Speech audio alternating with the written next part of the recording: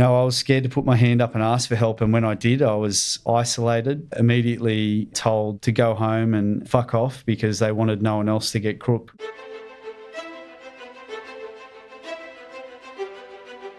Welcome to the podcast where we track down Australian war veterans, have a chat with them, and hear their stories. I'm Alex Lloyd, and this is Life on the Line.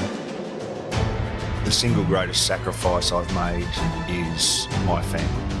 There were a couple of public beheadings. In order to kill, you've got to be a little bit angry. Not psychotic, but just angry. We could look down Frankfurt and see it on fire. Stuff blowing up everywhere. There will be no surrender. And then they had to fight an enemy in amongst women and children in those buildings. I could never not go back. They were my friends and they felt like family. She did say, you've changed. A soldier put everything on the line to help one of our blokes.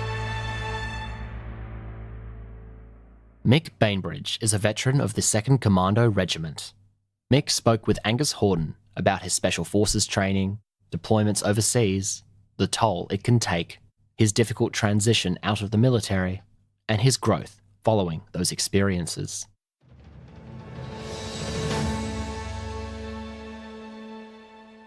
Mick, welcome to the podcast. Thanks for having me. Mick, can you tell us about your childhood, please? Yep, I was born in 1984 at St George Hospital in Cogra. My parents lived in Padstow, where I grew up, went through the public school system, have an older brother, Tim, and a younger sister, Laura. We had a good upbringing, just a blue-collar family, that middle class. Mum and Dad struggled through, I guess, financially, but we always had everything we ever needed. And, I remember my father was a mechanic, and he'd often work, sometimes 6 or 7 days a week. So he had a pretty hard, working life. And Mum worked a few jobs and also supported his business throughout the years. So they've just recently retired. So it's really great, for my brother and sister and I to see them do all those things that they've wanted to do forever.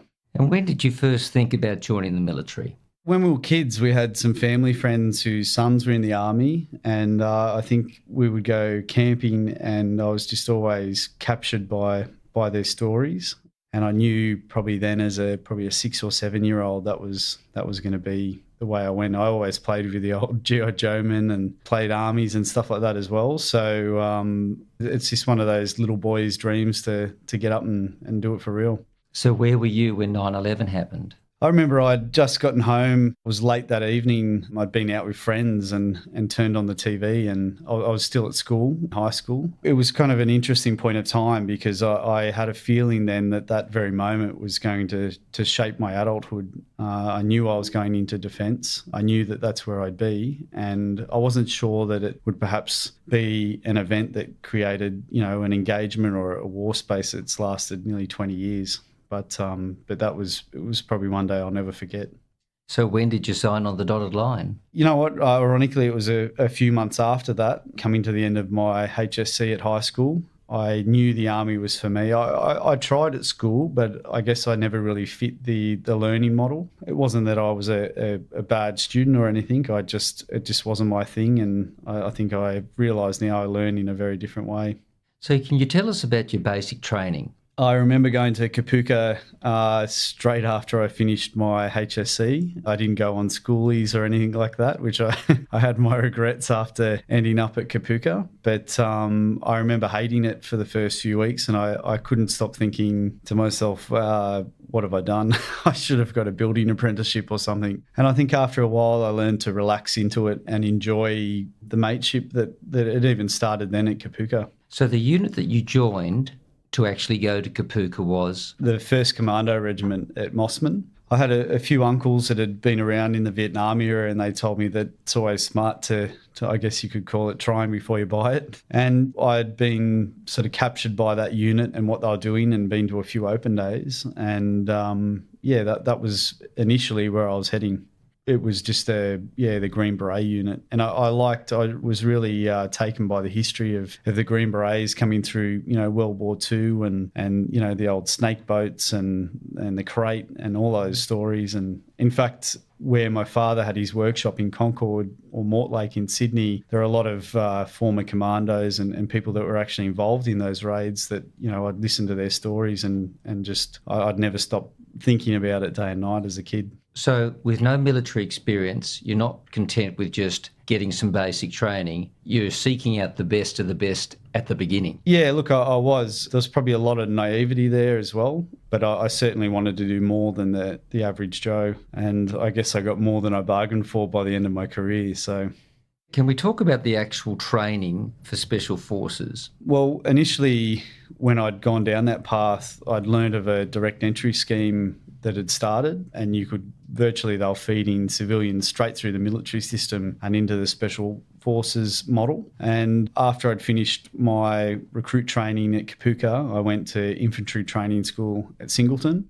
And then from there, a few extra courses later, you had to do what was called like a Special Forces barrier test. I believe it was 3 or 4 days, where they test your ability to work under pressure without sleep, I guess without as much food or rest. And you'd have to do pack marches and runs and swims in certain times. It was a pretty grueling few days, and that basically was your ticket to go then and be part of the Special Forces selection course, which for the Green Berets at the time was about a 6-week program. And it was a fairly grueling time. Probably not something I'd ever want to experience again. But again, you make good mates along the way. A lot of people were dropping out in the first few days. And I think when I had finished that course, I'd looked like I'd been in a prison camp, because I was skin and bone by the time I'd finished it.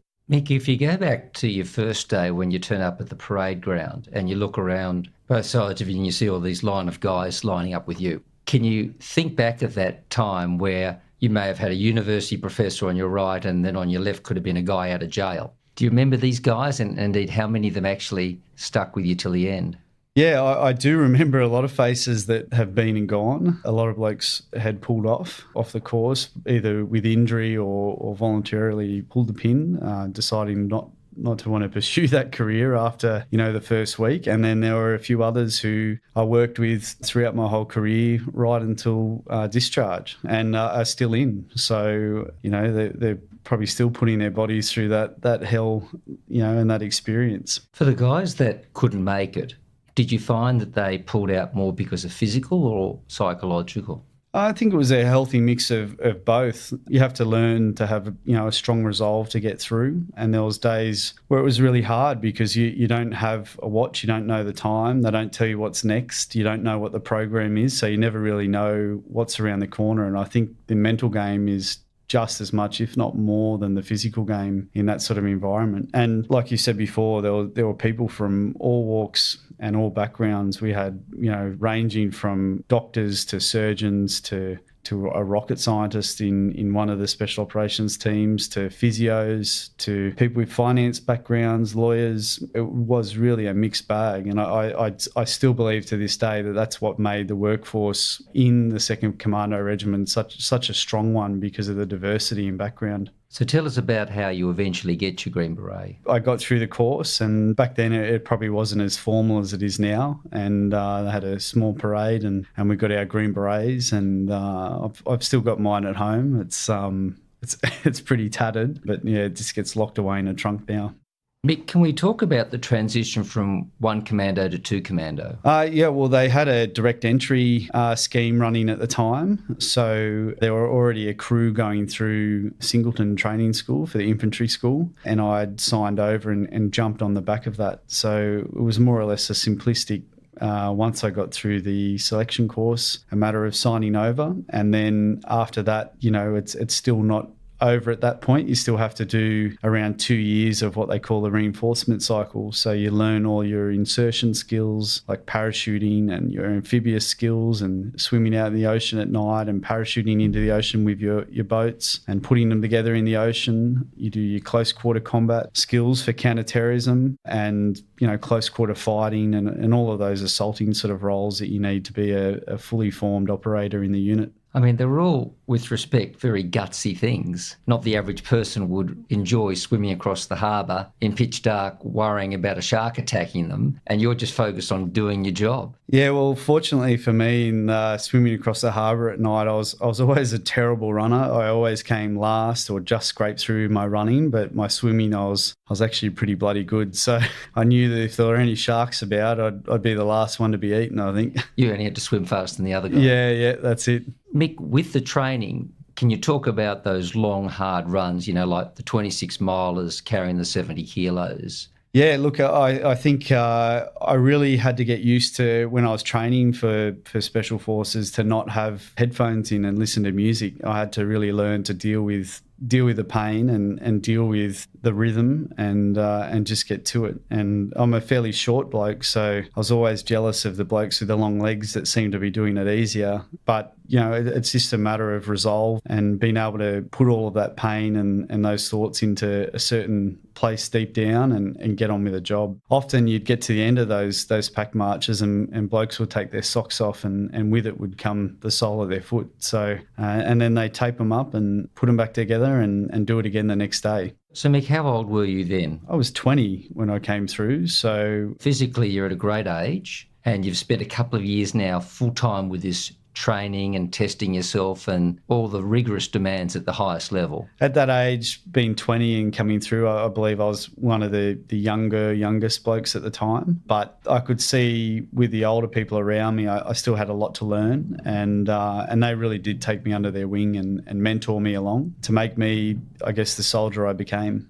Besides major overseas deployments, some of the roles for commandos include domestic counter-terrorism and personal security details. Do you have any standout memories of those that you'd like to share? I would say that I spent one rotation on the Federal Domestic Counter-Terrorism Team, which is the Tactical Assault Group East, or commonly known in the unit as TAG East. And that was, my job on that team was an explosive entry operator. So, blasting through doors and walls and anything else that's in the way, I guess. And that was a very exciting, fast-paced, sort of experience. And I often laugh now because it's a base nearly within a base and they have very high walls, and I thought it was to keep everyone out. But after working there and seeing the hours that we would actually put into that training and to be the final result, if there ever unfortunately was the need to use such a force in Australia, the walls were definitely built to keep us in, to keep us working. So the hours were extremely long and the pressure was extremely high.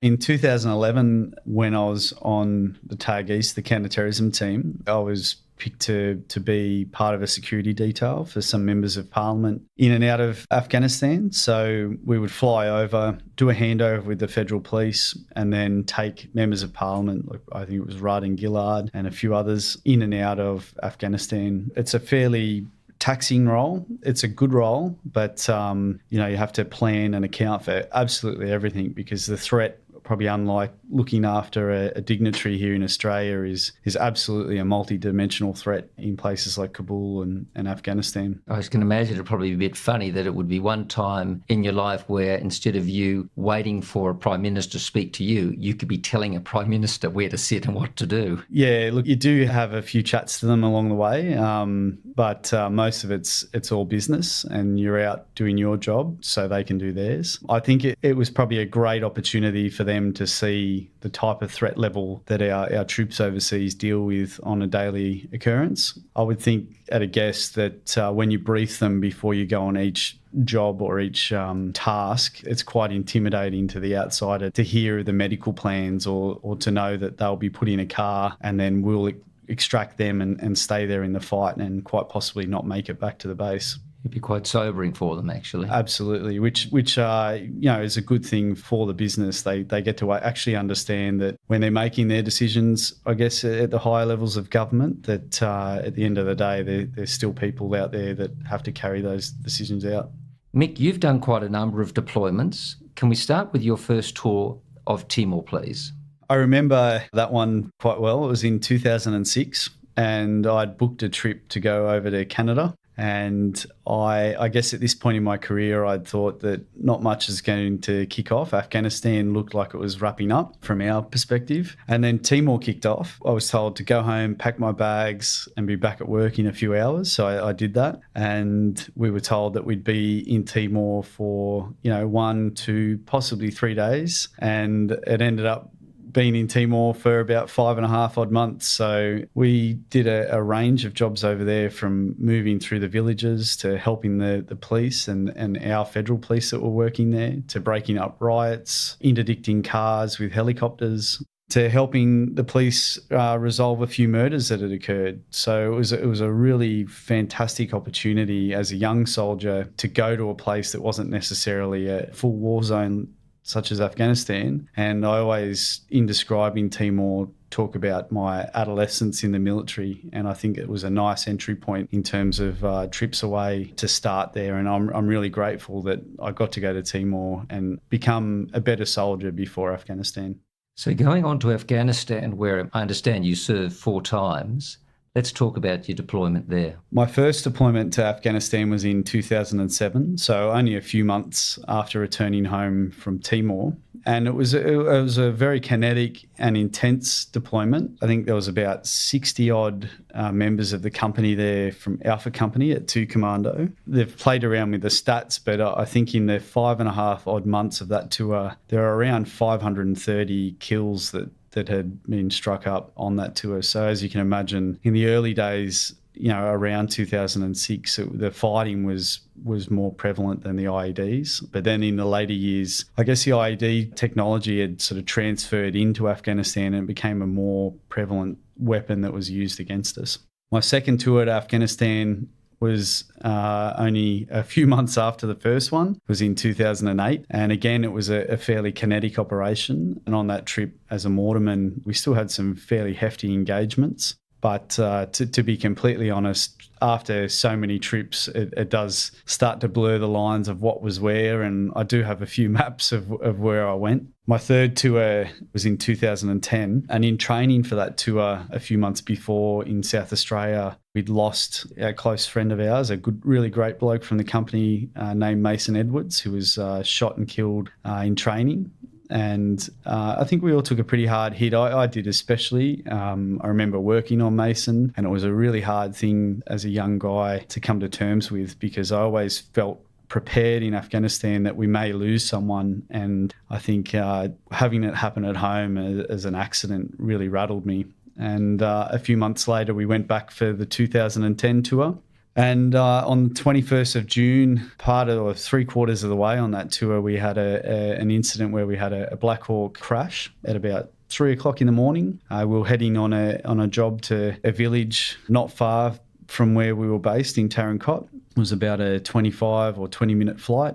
And the helicopter came over a mountain, and they were using the mountains and gaining speed, and you'd go up and down like a roller coaster. And I remember just seeing the helicopter ahead of us hit the deck and dust go everywhere. And I still couldn't put together what my eyes were seeing and what I was realising was happening. I kept looking around thinking that's not where they're meant to land. But I quickly realised that, they'd hit the deck doing, I think it was around 250 or 270 kilometres an hour. And we got down on the ground fairly quickly and started pulling the guys out and putting them onto our helicopters to get them out. It was a pretty chaotic scene on the ground. It's one of those things, I think you just go into automatic sort of mode and your training kicks in. You treat the guys who needed treating as quickly as possible and got them on the helicopters out, and were left to clean up the mess. So unfortunately on that job alone, we lost 3 of our blokes and 2 Americans. So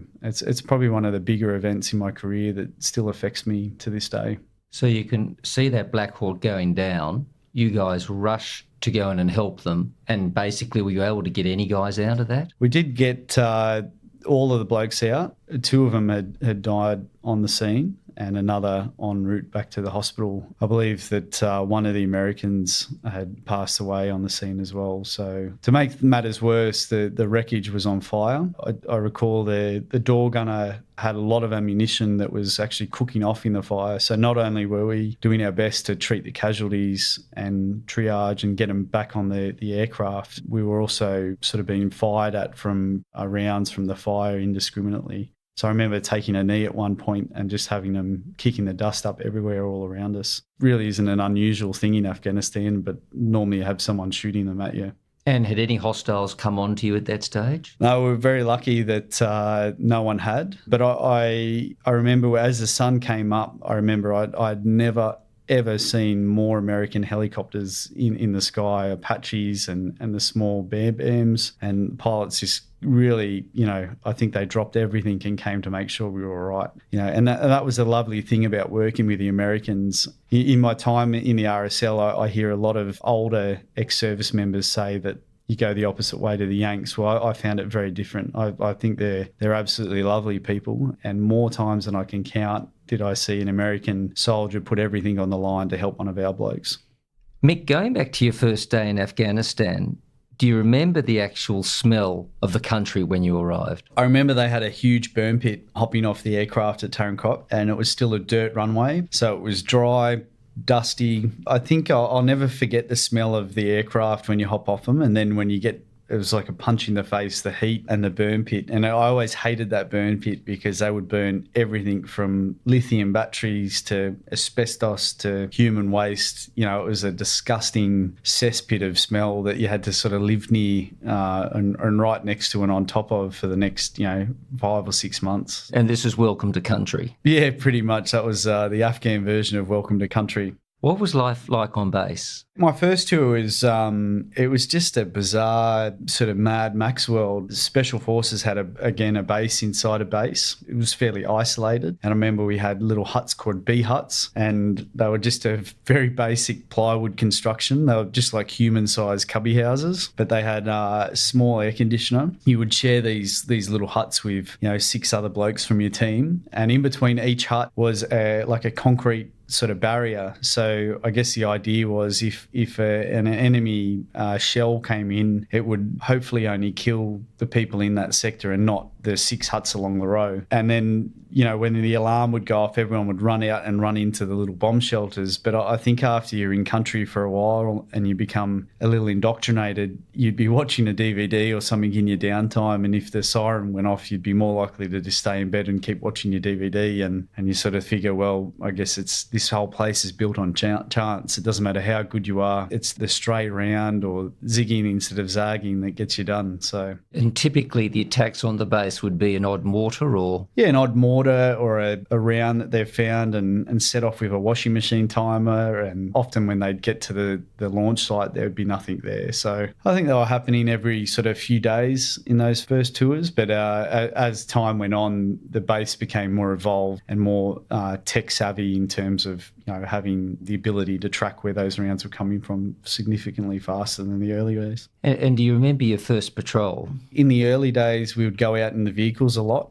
Again, the IED threat was there, but it was certainly not what it was in later years. And we would spend up to, 30, 40 days out in those vehicles. And night after night, you would be, walking in on a village or out. They were just fairly taxing and exhausting sort of tours. Mick, can you walk us through your first contact?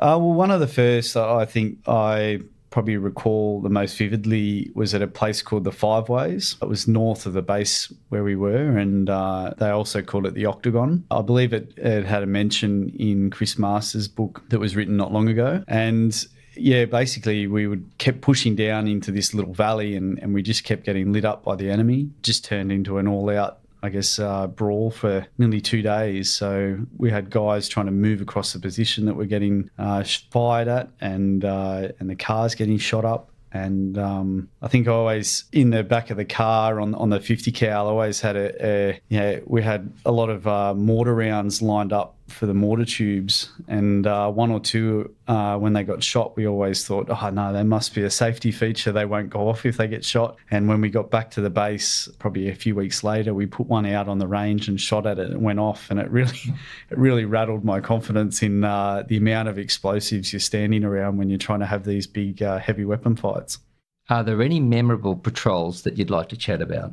Yeah, look, I think the earlier patrols were fairly memorable, as painful as they were, but being out in the cars, the old Land Rovers and LRPVs, the long-range patrol vehicles for weeks and over a month at a time without a shower. I think just that sense of mateship and camaraderie when you're out there is, all you literally have out there is each other. And many times we didn't have air support when we needed it, or we knew when we'd call it, it'd be a 40-minute wait to get it in. So I think you aggressively look after each other at all costs. And, it's the small things that I laugh about now, but I guess I'll never miss, like taking your clothes off at the end of the patrol that you've been wearing for a month straight in 55-degree temperature. And, you would go out in brand new uniforms and they would come back with holes and just be threadbare shirts. Some of them I still think would stand up by themselves if you sat them down. They were that filthy, and we literally burned stuff when we got back. So on some of these patrols, typically how big would the deployment be? Number of troops for you guys? We would often go out with a couple platoons plus snipers and mortars, and you would often split up either to coax in a fight or to tempt the Taliban to have a hit at us, and then we would try and come in and join the fight and have a hit back. War has its hardships, but it also has some lighter moments. Are there any particular funnier times that you can recall? Having been from a unit that's lost a lot of blokes over the engagement in Afghanistan, I always have a laugh at some of the nights we had having a few beers back at the base and some of the mischief we'd get up to, and having a still running at the base. I think Australian soldiers have never really changed. They do anything to get a drink, no matter how bad it is. And yeah, just having a drink, or guys breaking into the booze locker and cutting a hole in the back of the shipping container, thinking they wouldn't be found out later. But I think they're the things we catch up and have a laugh about when we catch up around Anzac Day. And it's a weird thing catching up with buddies you've served with, because we wouldn't talk for years sometimes, and then when you talk on Anzac Day, it's like you only talked yesterday. So and we still have a bit of a chuckle about some of the blokes doing some silly stuff. You were talking about how 2 Commando was achieving a lot of kills, but equally you guys sadly received a lot of kills yourselves. How did the mortality get to you about losing mates? Our first sort of tour into Afghanistan, in Alpha Company, we were fortunate enough not to lose anyone. So I think there was still this boyish naivety that it was still fun. And even with being blooded on that first tour, I think that we still felt reality hadn't really hit home yet. And we all knew it was the reality, but I think it hadn't really been in our face. And when our losses did start to build, and losses across the Defence Force, not just our own, we felt every single one of them. I think that it was really a sobering sort of wake-up call to everyone in that space. And I think, what's unfortunate is the public weren't really fully aware of the great job we were doing over there. So every time we lost someone, it really didn't get too much of a mention. Let's talk about your life back home.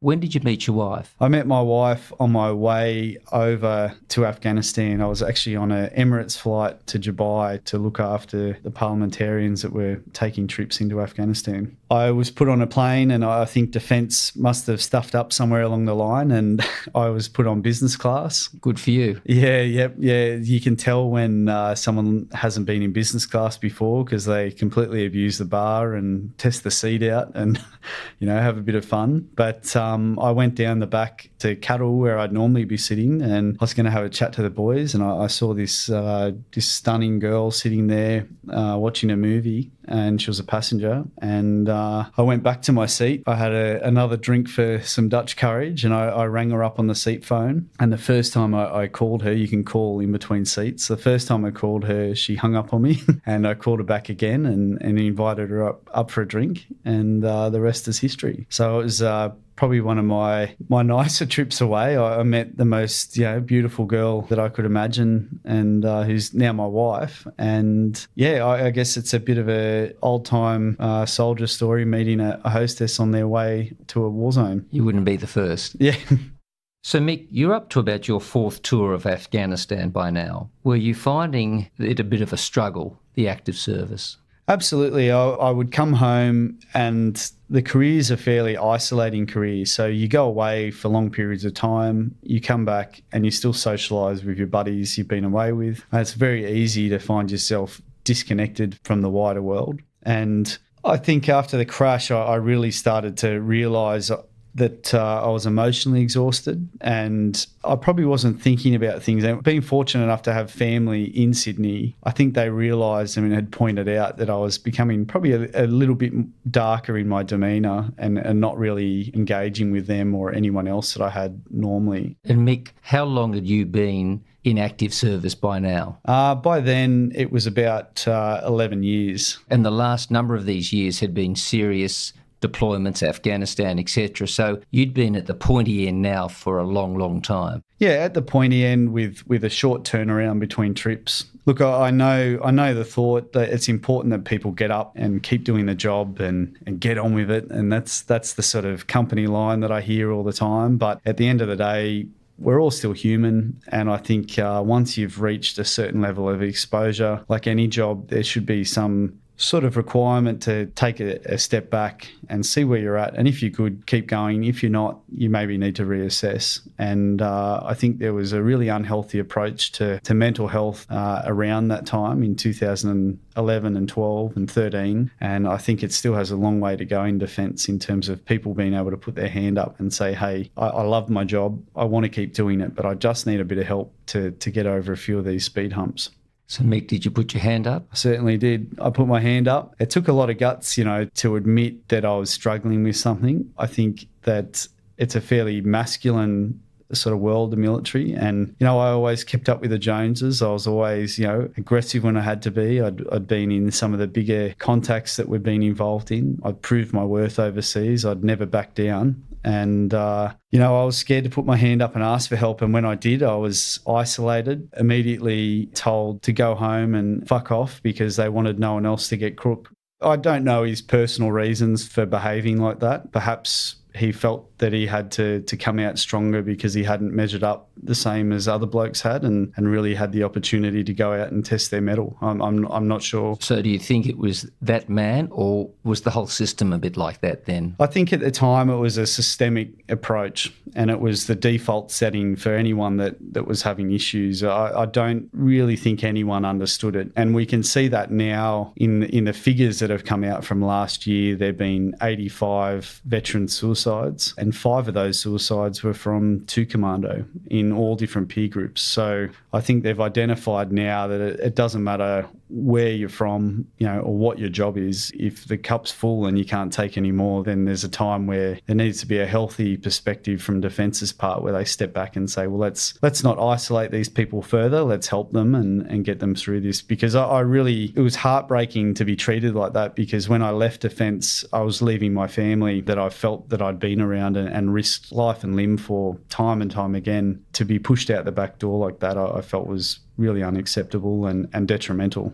So, Mick, how did you cope with this pressure? The pressure of being told to go away. In my position, I went home for around 8 months. I fell out of contact with a lot of the unit and a lot of my mates. I guess I'd felt that I'd put in all of the effort, all of the time that I had. So were you discharged at this stage? No, I wasn't. At this stage, I guess you could say I was still trying to find my feet. For that 8 months, I was really not contacted by the unit, was washed. So, look, I was earning a wage, but I was more or less ghosted by the unit at that time. I think that was just their way of dealing with that sort of injury at the time, and mental health injury was something that wasn't discussed and wasn't to be discussed. So you were never formally diagnosed with PTSD? I was in later months, and then I did really try to get my transition on track. So at that time, in about 2012, they tried to force my medical discharge from Defence, to which my response was along the lines of, well, I have nowhere to go and nothing to do. I refused to discharge, and I had found a course called the Extended Transition Program, whereby wounded veterans were able to, or service people were able to apply for this course and have the Defence Force pay for the first 3 years of a university education, which really appealed to me because I was also suffering from spinal injuries. So I knew I wasn't going to be able to cut it in a trade such as the building industry. I knew I had to do something that was a bit more realistic in terms of my ability to continue working. My main goal at that time was to not be someone who was around the age of 30 and going on to a pension for the rest of my life. I wanted to be a contributing member to society that was able to earn a wage and be proud of what I was doing and where I was going. And thank God you had your wife to help you. Absolutely. She stood by me when I couldn't stand. She held me up when I couldn't stand. She talked for me when I couldn't talk. And she was certainly the linchpin and the driving force between me getting back up on my feet to where I am now. So what was the post-military career that you were trying to look for? I'd always laughed about studying law. I felt that it was something so far out of the realms of possibility that it was never going to happen. But I told the Army that I wanted to study law. They begrudgingly let me onto this extended transition program, which I'll add was a fantastic opportunity, albeit begrudgingly. They sent me for IQ testing, and when it came back they sent me again and they just kept sending me for tests. But they kept saying to me it was highly unusual and unlikely that a non-commissioned soldier, as in a private and not an officer, would be able to successfully complete a law degree, even after I'd been accepted by the university and the Dean of Law to study that program. Look, I didn't let it dampen my spirits. I kept pushing forward, and I find myself today now at the end of a law and commerce degree, studying my final few subjects, completing my practical legal training to enter into the industry, and having completed the Australian Company Directors course to be a Director of New South Wales RSL and State Vice President, with a whole swag of other skill sets under my belt now. And if it weren't for those opportunities, then it may be a very different story to tell. So consequently, feeling very unempowered by what they did to you, you sought to empower yourself by learning the law. And through that, you actually gained the mentorship and friendship of your mate, Glenn Kolomeitz. Yep, absolutely. Being one of those people that's always had a very pragmatic view on the people around me. And I know that Glenn's one of many mentors that have really helped me redirect everything in terms of my future. So I've had former defence members, I've had solicitors, I've had judges. I've been very fortunate. I've always had the thought that I can take something positive from each one of these mentors. And Glenn's certainly been, again, another one of those linchpins that has stood beside me and helped me in that transition. He was really one of the first solicitors that sort of said, this is great, this is what you're doing, let me know if you need a hand, and I'm proud of you for doing what you're doing. So had you two met in deployment overseas? Yeah, we had met. We didn't really become too well acquainted. I was out a fair bit, and he was in the headquarters. So our paths crossed a few times over the years, and it wasn't until 2013 that we really started to hang out. And I guess I was leaning to him for advice in the legal career path, and he was certainly there to help me there.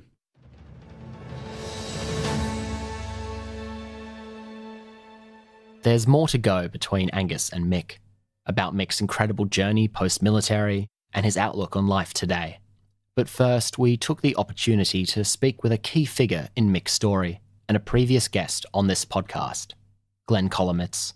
Glenn Kolomeitz, welcome back to Life on the Line. Thanks for having me back. Glenn, when did you first meet Mick Bainbridge? Mick and I met in Afghanistan during one of our rotations when he was with 2 Commando Regiment, and I was the Special Operations lawyer. That was in 2010. And we caught up again later back in Australia.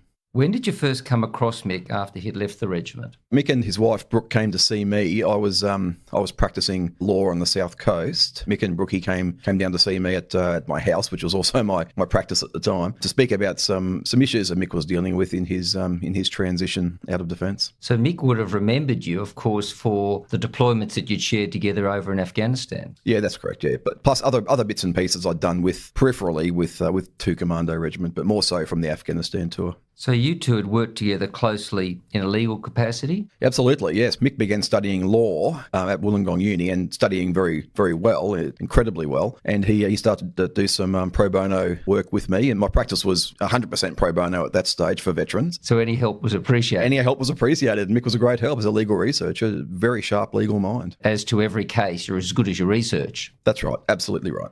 So as a friend, what's it been like watching Mick's journey? It's incredible. And look, I come from a position of bias. Mick is my best mate, but just an incredibly smart guy, well-balanced, well-centered, good IQ, EQ balance, if you know what I'm saying. The good lived experiences and the good ability to book learn. But it's been great watching him develop, both as a lawyer and as a professional in that big bad world of company directorship, etc. It's really good to see somebody from that private soldier warfighter background transitioning so well into the outside professional world. And especially coming from, with respect, such a low base. Like when he'd left the system, he was at rock bottom, and yet he's been able to climb right back up the top.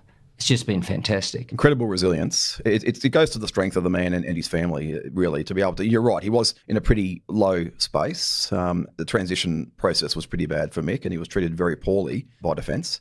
And the way he's come out of that and just developed and grown is fantastic.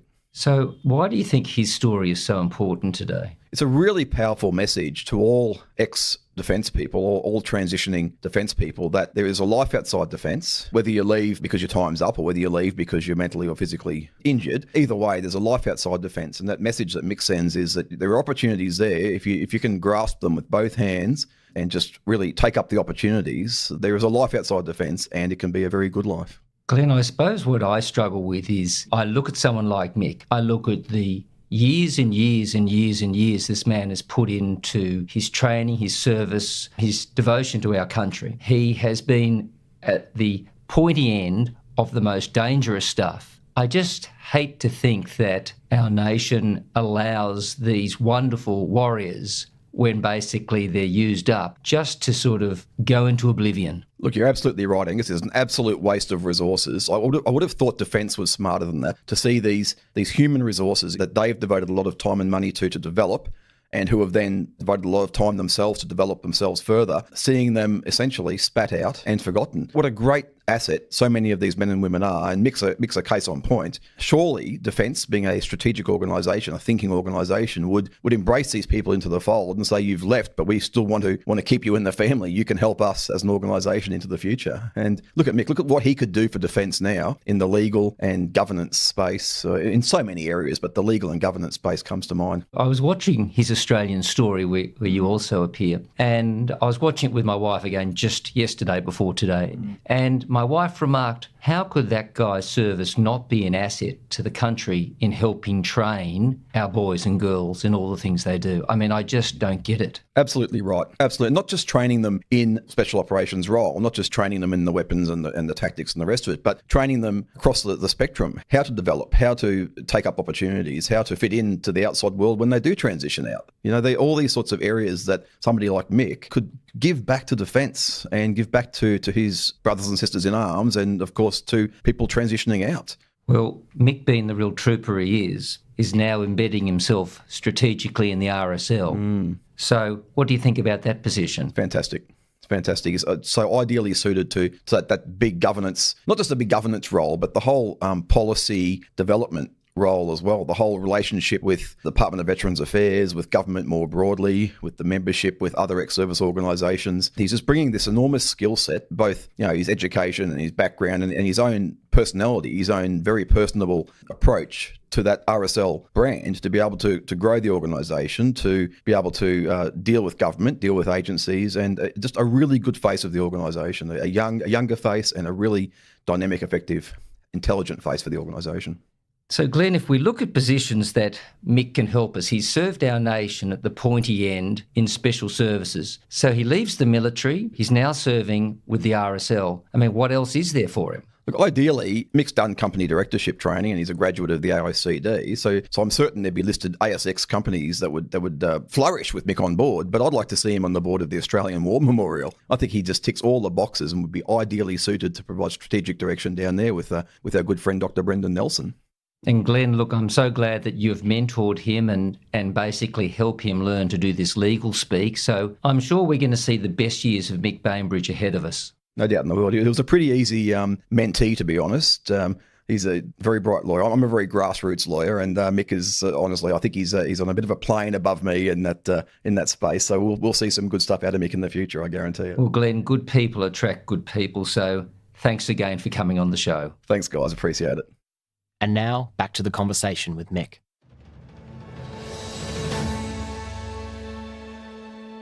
Can you tell us about any entitlements that you've been granted to? Look, my pathway through the Veteran Affairs system was a fairly arduous one as well. Not only did I deal with the brutality of defence and their response, I had to deal with the bureaucracy of Veteran Affairs. Now, at the time, I guess I looking back, I can put it in a box where if you fall out with defence, it can become a very personal grudge, and they will come after you for anything if they're not happy with what you're doing, and they'll do what they have to contrive any outcome they need. But with DVA, it's purely a bureaucratic process. If you follow the steps, you get through it. And I think it was very hard for me at the time, suffering a mental health injury, to understand the processes. And again, with guys like Glenn, I was assisted through. It was a long process. My first sort of dealing with DVA was fairly abrupt, and there were no real explanations given as to why some injuries were knocked back. But I did get it to the review board, and my injuries were accepted. And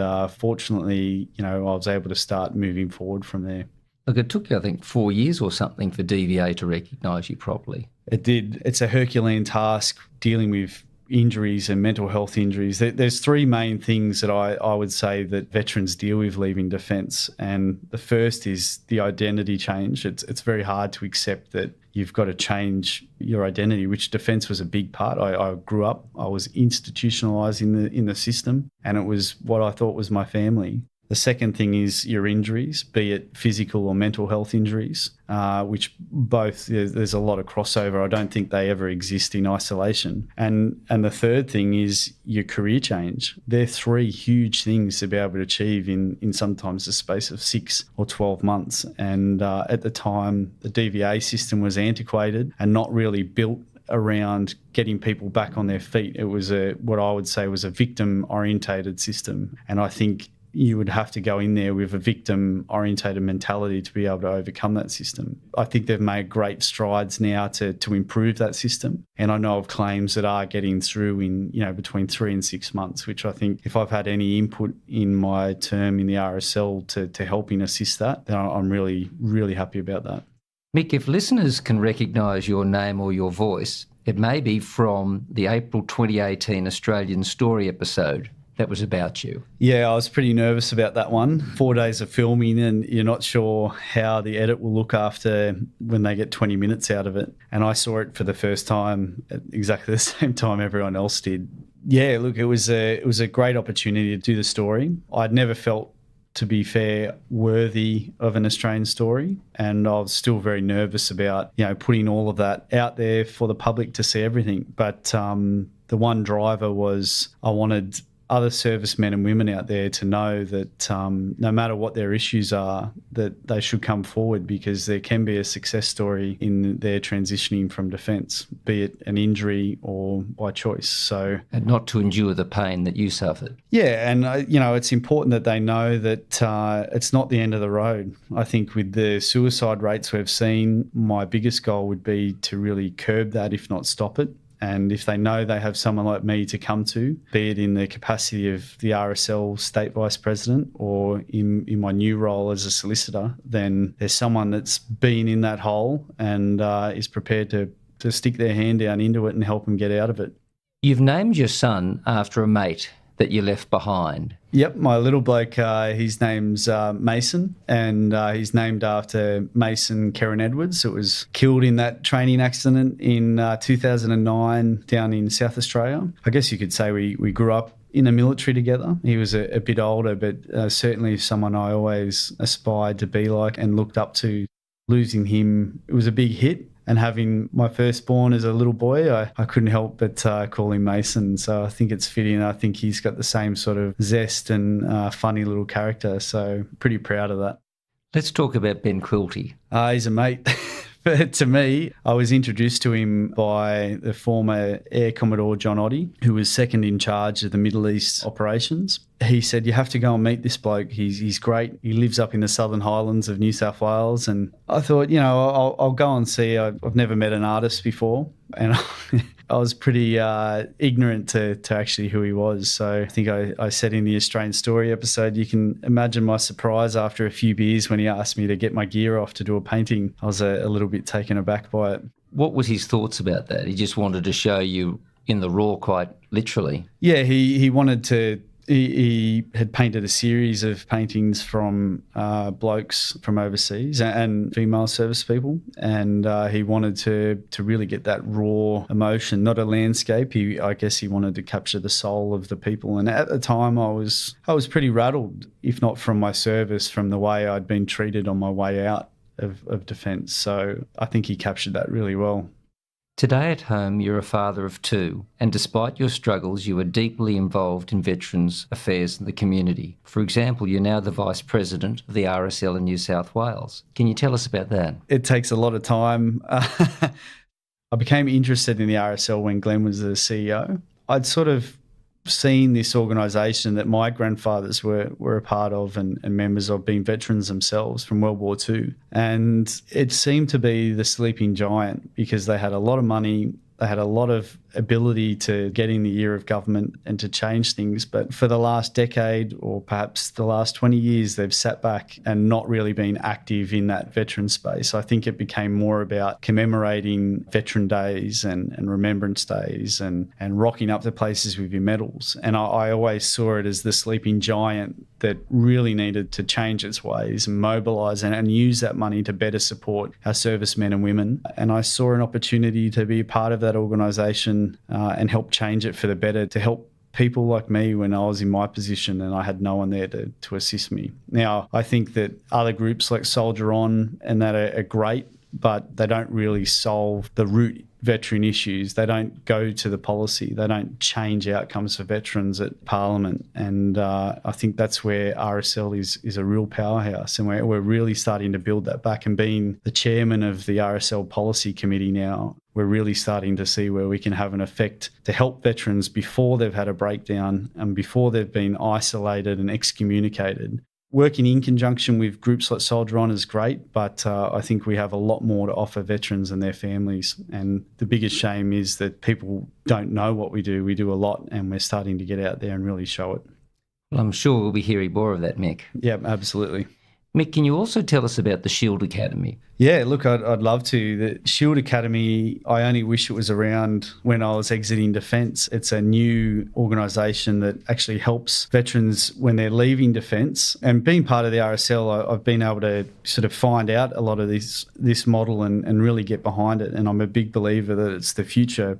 So if a service person's leaving defence, they're not often given too many options in terms of meaningful engagement and meaningful workspace. So this organisation links up with industry and finds cadetships and university studies that service people might want to become involved with and lets them have a bit of mastery over their own future. It lets them have a say in where they want to go, which I think is probably the most important thing. And not only are they supporting the veterans, they are also supporting the wives or spouses or partners of those veterans who are often expected to move to a new posting location around the nation every 2 years. So I really think it's a great sustainable business. And if that's the future where transitions are going, I certainly think the RSL will be behind it. And I'd encourage everyone to get on and have a look, because there are some fantastic opportunities for people leaving defence now. And it just comes back to what I say. There are options, and you do have a choice. So get into it and look up the Shield Academy. And how's your legal career coming along? It's been a long 5 years at university. I'm probably a little slower than some of the other students there. I've gained a lot from going to uni. I've got to work around some great kids that have been a great support to me as well, and as I guess have to them. And it's taught me to think in a completely different way about things, approach matters differently. It's really changed and stopped that that defence thing, which was a hard thing for anyone leaving defence. I think you have to learn to speak a little bit differently. You need to think a little bit differently and approach matters differently as well. So, Mick, what's next for you now? Well, look, I'll be starting my legal career in hopefully the next few months, and being admitted to practice at the start of next year. I'll continue to work with the RSL and better support veteran outcomes, be it with policy with the RSL or taking up and fighting for veteran rights in the courts. That's really where my passion is, and I don't think they're one small sector of vulnerable people in our society that really don't have any access to justice in terms of support from the state or federal government, and I'd really like to see that changed.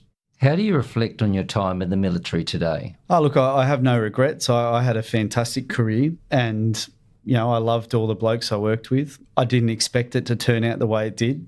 I didn't expect probably my exit from defence to be the way it was, but I guess that's life, and it's about learning something from every one of those incidences and changing it into something positive. I can't say I'd be thrilled if my son was to rush out and join defence. Having been to uni now and starting to see the other side, I want him to do the next great thing. But look, if he joins and that's what he wants to do, I'll still support him. But I would just, heed warning to anyone that if they're going to do it, have a real think about the support mechanisms they might have on the way out of defence. And hopefully my role as a solicitor and working with the RSL, we can change that and make sure that there are better outcomes for people leaving or deciding to join defence. Mick, it's quite a journey you've been through. You have a vital leadership role now in the veterans community, and I think with you at the helm, the future looks a lot brighter. Thank you for your service, and thank you very much for coming and sharing your time with us today. Thanks for having me. It was a pleasure.